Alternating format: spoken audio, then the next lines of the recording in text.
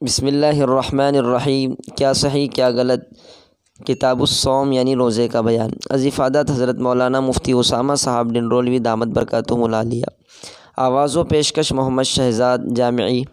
مسئلہ نمبر 403 غلط مسئلہ، آنکھ میں دوا ڈالنے یا سرما لگانے سے روزہ ٹوٹ جاتا ہے۔ صحیح مسئلہ، نہیں ٹوٹتا، اگرچہ اس دوا یا سرمے کا اثر حلق میں محسوس ہو اور تھوک میں اس کا رنگ نظر آئے۔ تاہم مالکیہ کے نزدیک دوا کا اثر حلق تک پہنچ جائے تو روزہ فاسد ہو جاتا ہے، اس لیے دوا کے معاملے میں اگر زیادہ ضرورت نہ ہو تو احتیاط بہتر ہے۔ مسئلہ نمبر 404 غلط مسئلہ، کان میں دوا ڈالنے سے روزہ نہیں ٹوٹتا۔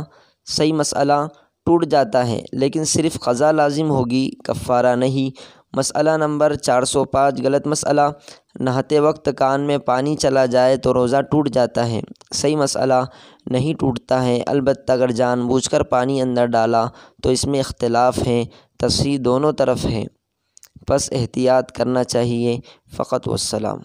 ایک چھوٹا سا پودا تھا تو جامعہ، جو اخلاص سے اب تناور